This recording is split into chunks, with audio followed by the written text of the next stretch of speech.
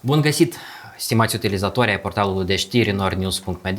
Eu mă numesc Nicolae Coșeru, iar în contextul lunii Uniunii Europene în Republica Moldova, împreună cu colegii, am decis să realizăm un interviu cu Ambasadoarea Suediei în Republica Moldova, Excelența Sa, Lyberg. Bună ziua, Excelență! Bună ziua! Excelență, Suedia este un partener de dezvoltare credibil în Republica Moldova. A demonstrat-o în multiple ori și prin numeroase investiții în domeniul social, economic, prin educație și sănătate. De ce Suedia ajută atât de mult Republica Moldova în ultimii 20 de ani? Well, I should start with saying, that Sweden is a long-term committed friend to the Republic of Moldova. We have been active with our bilateral development cooperation since the beginning of the 1990s. And we are also one of the major bilateral donors in the Republic of Moldova. And for us, Moldova is also an important neighbor. It is not so far, actually. If you're in the south of Sweden, the distance to Moldova is not longer than to the up north of Sweden. So from that point of view, also an important neighbor to Sweden and to the European Union.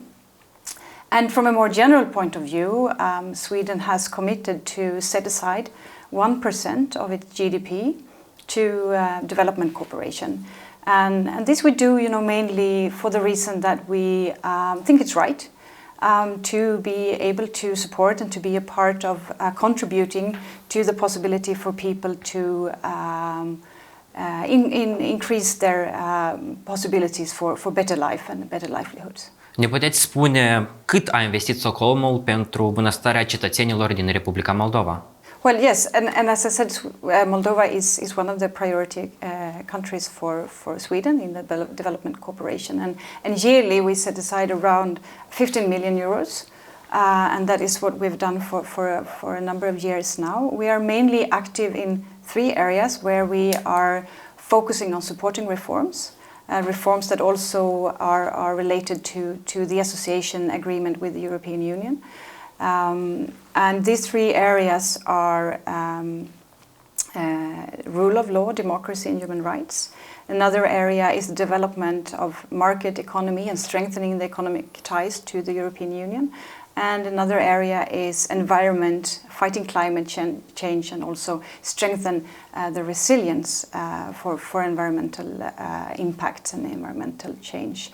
The focus areas for Sweden has also traditionally been related to areas where we see that we have an added value and that there is an Swedish expertise available. We have been cooperating, for instance, in the area of taxes, the Swedish tax authority together with the Moldovan counterpart, and also on community policing, but also to mention cooperation in justice, in human rights and freedom of media, for instance. În acest an pandemic, 2020-2021, provocat de COVID-19, Regatul Suediei, dar și Programul Națiunilor Unite pentru Dezvoltare au ajutat mult întreprinderile mici și mijlocii. Dacă nu mă înșel, sunt aproape 100 la număr. Ne puteți vorbi despre dimensiunea, dar și valoarea acestui proiect? No, I believe the year that we just have seen pass has been very challenging for many small and medium-sized enterprises, and I'm glad that also Sweden can be a part of supporting them here in the Republic of Moldova. This project called Trade is financed by Sweden and implemented by UNDP, with the aim of supporting entrepreneurs on both sides of the river and to also assist them with tools so that they can increase their businesses. We see how they have been able to strengthen their possibilities for e-commerce, supported them in the orientation towards export to the EU market, but we've also had a focus on businesses that are run by women. And also, I should mention that we have been working with companies employing also vulnerable groups. It's an important part of this as well. So the total amount of the project is around 2 million euros. And, as I said, the aim is to contribute to create better living conditions for both women and men on both sides of the River Dnistru. Recent, municipiul Bălți a procurat 11 troleibuze. Banii au fost oferiți de Banca Europeană pentru Reconstrucție și Dezvoltare, BERD-ul, și Fondul Parteneriatului pentru Eficiență Energetică și Mediu din Europa de Est, fond din care face parte și Suedia. Valoarea proiectului este de 3 milioane de euro. Care a fost contribuția statului pe care dumneavoastră îl reprezentați și veți mai investi în infrastructura localităților din nordul Republicii Moldova? Well, let me first say that this program that you're mentioning, the E5P, it was actually also initiated during the Swedish presidency in the European Union in 2009, and we are also the biggest bilateral contributor to this fund. And by this, we are, aiming at supporting an inclusive development in Moldova in this case.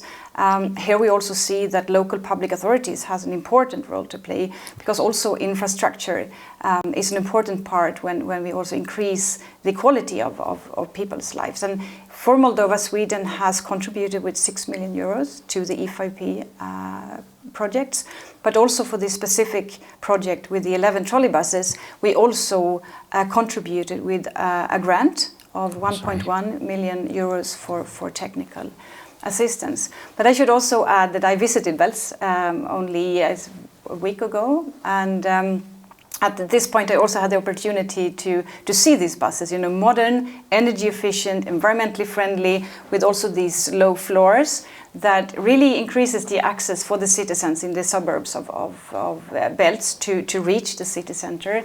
And this also for everyone, for parents with strollers and for people with special needs. So that was really inspiring to see. Regatul Suediei este un stat post-industrial care s-a remarcat prin exportul de tehnologii și produse de înaltă calitate.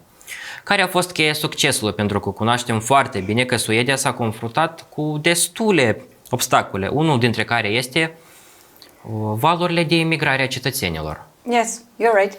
100 years ago, Sweden was one of the poorest country in Europe, and many people decided to emigrate, not least to the United States. 25% of the population in Sweden left for the United States in the 19th century. And of course, it was both what we say push and pull factors.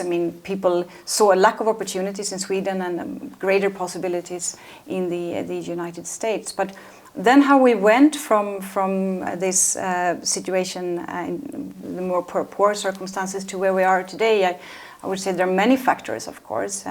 First, we developed the democracy, and then the welfare system came. But again, there are many factors that are having an impact on the development. But I would say one important thing is also the will of the political leaders to make sometimes difficult decisions in terms of the implementation of necessary reforms.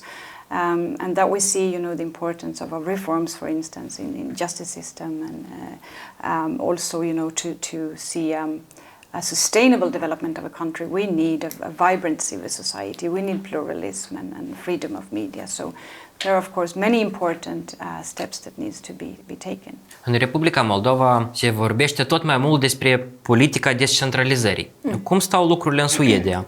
În ce măsură sunt finanțate autoritățile locale? No, first to say, I think when you're implementing policies in a country, it's very important to take into consideration peoples all over the country, right?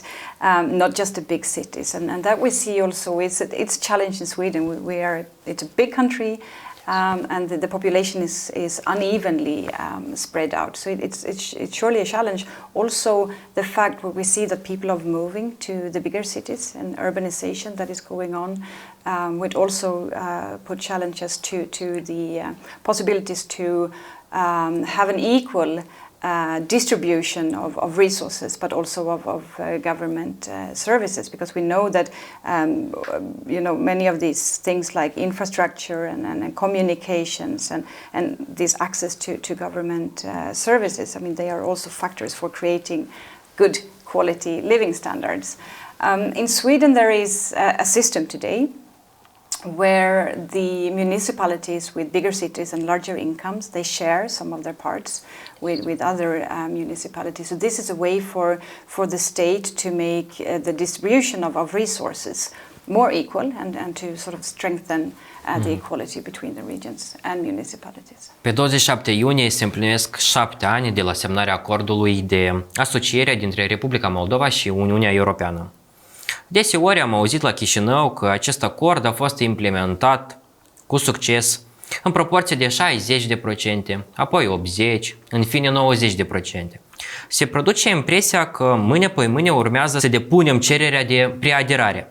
Totuși, cum credeți, la ce etapă ne aflăm și, într-adevăr, dacă mai avem de muncit pentru a ne integra cu adevărat în comunitatea europeană? Well, as you say, the association agreement is really the framework for the advancement of the relations between the European Union and Moldova, but it also really forms the basis for the cooperation. And if it's fully implemented, I mean, it's a strong and ambitious instrument, and when it's fully implemented, it will also, increase the integration with the European Union and bring a lot of positive impact to the citizens of Moldova. And we also know that the accession process to the European Union is long and a long process of different commitments and reforms that needs to be undertaken. There are still many important reforms that needs to be pursued in Moldova. I'm thinking not least on justice reform and the fight against corruption. These are crucial for the advancement, but also, as I mentioned earlier, talking about free media, vibrant civil society and pluralism, these are also cornerstones in this regard. And the commitment that Moldova also has undertaken, and the commitment to the democratic principles and rule of law also, in a way, the core of the association agreement. And here I also hope that we will see the elected leaders of Moldova really take this seriously and continue to focus on these important reforms in the areas that we just mentioned, and it will bring the benefits to the citizens of Moldova. În acest sens, cât de atractivă este Republica Moldova pentru investitorii suedezi? Yes, well, I believe that there is a great potential for Swedish investments in Moldova. We today have a handful of Swedish companies active in Moldova. I'm thinking of Ericsson, Oriflame, Synovo. We have Volvo and also Samres, a Swedish call center established here in Chisinau. And I see that there is a great potential. Swedish companies are also very open-minded, always looking for new strong partnerships. And we also see that Moldova has a very strategic central location in Europe. But I also believe that, when Swedish, and I know that when Swedish companies are looking for new markets, they are also looking at issues like independent justice system. So I believe these are also areas where Swedish companies will look careful, and this will also be crucial for the developments of further Swedish investments. Totuși, cum credeți, la ce nivel este utilizat potențialul de dezvoltare comercială și economică între statele noastre? Again, I think there is a great potential. We know that today about 70% of the Moldovan export goes to the European market, and that's also a part of thanks to the free trade agreement with the European Union. And Moldova has a number of very attractive and really competitive products. I'm not least thinking of also the important development we have seen within the wine industry, where we today have a number of really talented small winemakers that are really puts Moldova on the map. And I see that there are a number of industries. I'm thinking of fashion industry, for example, ICT, but also the tourism industry that probably will have a better potential now again when we are opening up for more travel. And we are very glad to be able to, together with USAID and UK, to support businesses and industries in Moldova within the Moldovan Competitiveness Program, where we are supporting industries in these sectors that I mentioned, where we see a good potential for growth, where we can assist and support these companies also to strengthen the ties and reach the EU markets, but also in an overall term increase their competitiveness and efficiency. And I believe it's only now probably a matter of time before more Swedish companies will come to Moldova and also put Moldova in the center of their attention. Ce evenimente se află pe agenda Ambasadei Suediei în Republica Moldova? Aici mă refer la vizite, evenimente culturale, schimb de delegații, poate? I mean, of course, we all know that the last year has had quite an impact on the possibilities to carry out events and visits and different activities within the country. So I would say that the team at the embassy at this moment is very eager to again come out and start with all the activities that we are used to carry on, to also to visit, to invite visitors, but not least to again continue with the film festivals. For instance, Moldog's film festival that started in Cahul, where we have been very engaged. There is this graffiti festival in Chisinau, where we have also been active. And we see a number of areas where we can now again start over. So I'm sure you will hear about it when we're getting closer to it. But I would also like to add that Sweden this year is having the chairpersonship in the OSCE. Which also meant that we in February had the possibility to welcome the Swedish foreign minister in her capacity as a chairperson in office to Chisinau and to meet with the officials here.